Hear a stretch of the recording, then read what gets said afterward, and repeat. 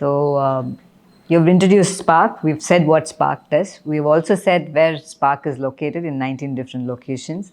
And you consult in most places, and most of them are 200 physiotherapists working with you, and exercise professionals are working with you. Nutritionists are there. You also have a psychologist. You have a acupuncturist.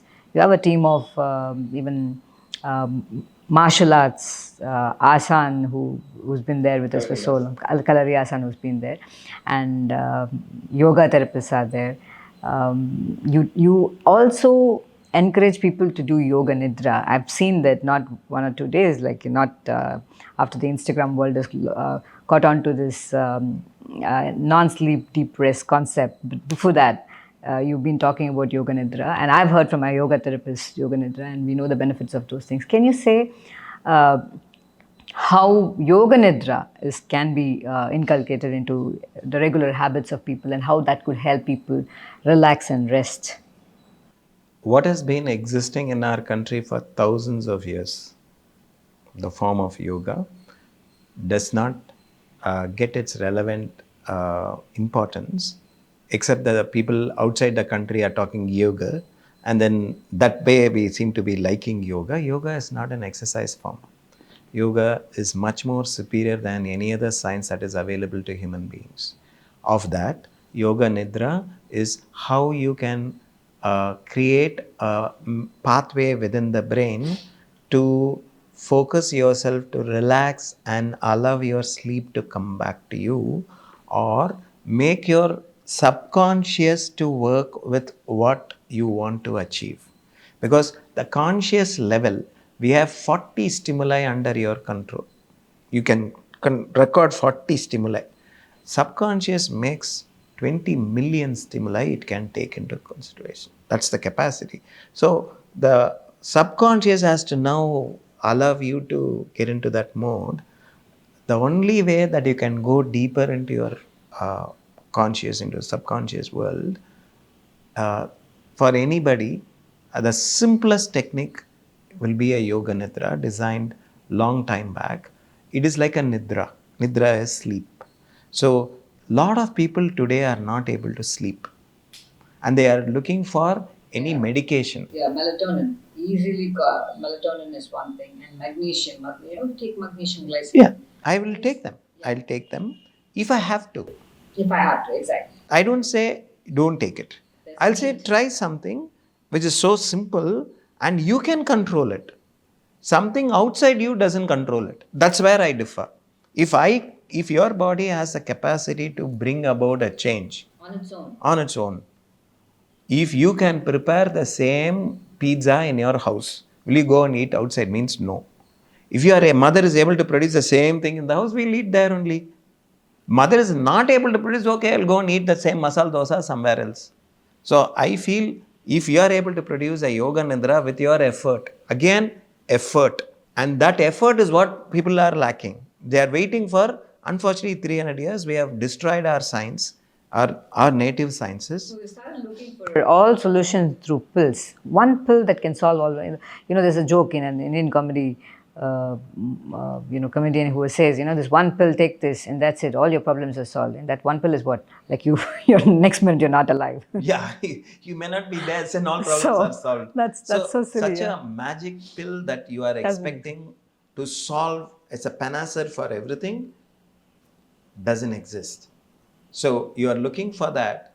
Actually, you are in control of everything and looking for something outside. Now, focus lights are always looking something, okay, what is there?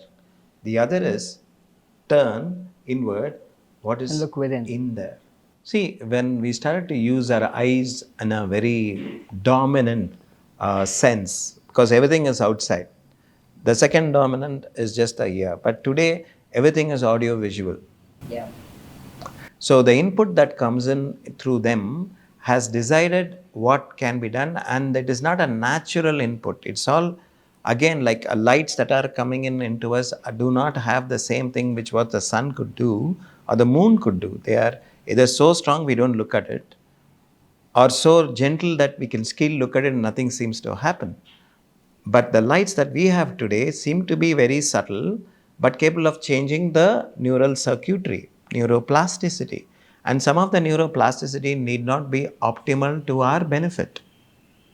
So the changes that are created in our environment are related to how we are refusing to see our participation in maintaining harmony and peace and health. We are waiting for somebody to give it to us. This is where the ancient traditions should have been encouraged to be practiced and inculcated on a day-to-day basis, and see that we can avoid these ones where we exported yoga to the world. We could have exported Yoga Nidra as say this is our export commodity. Yoga Nidra is way superior to, I mean, this is just a superficial aspect of whatever that is. He himself says that. So, Yoga Nidra, as such, when people can teach you better and put you into a practice, and that could help overall health. And Kegel took their pelvic floor exercises as Ashwini Mudra, the Vajroli Mudra, and Mula Bandha. Then Pilates took our Uddiyana Bandha. You can have many people have been taking and given part of it. Part of it. And we believe that is science. But the Sastras are just science. So we have enough in our own environment. You had asked me a question. You had asked me, why did you seek an alternative medicine? Why did you seek? What is not here? Why did you bring in those elements? Why is it not complete? Our medicine is incomplete. It will always be incomplete because we are not looking at a holistic picture. We are only looking at a local problem. I am looking at a global phenomenon. So to approach that, our science is inadequate. I don't say it is useless. I'd say it's inadequate. Wherever I'll use the science that gave me the base on which I can understand, explore the other sciences that are introduced to me, but that doesn't mean other sciences are useless or we have become intelligent only in the 300 years that we have lived. Prior to that, as well, we were stupid. No, our science has the capacity to look at what we can do, and when we turn inward, you are the master for your own fate and destiny. That's beautifully said. Yeah. If that master is looking outside for assistance, he will keep getting assistance and misguided sometimes. Yeah, so it's like the ideal Invictus time. poem, I'm the master of my fate. Captain And of my soul, captain of my soul, yeah. master of my fate. Yeah. We need to make sure that we do not throw away what we have had before and not to ignore what is coming now as new contributions. You must imbibe both and be able to find a balance in which humankind benefits. Perfect. I think you've put all answers together for motivation and to bring in our ancient sciences, yoga, into practice, and why you put in alternative medicine also integrated several aspects to have a holistic approach towards what you're doing.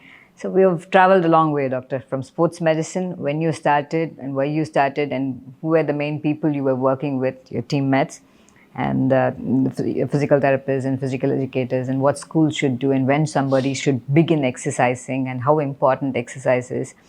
Further, I think we will move into, in the future podcast, exercise prescription in itself, specifically for diabetes, specifically for hypertension and lifestyle diseases, and your experiences of having worked with them. So, Doc, this was a long video podcast, first one. I think it was quite. It was very good and it was very informative and a bit overwhelming. So I'm going to again catch up with you on another video podcast soon and discuss what we had talked about as exercise prescription itself and how it can help a non-sporting population, or let's say even a population that has gone into the hands of diseases, and how they can use exercise as a tool to recover.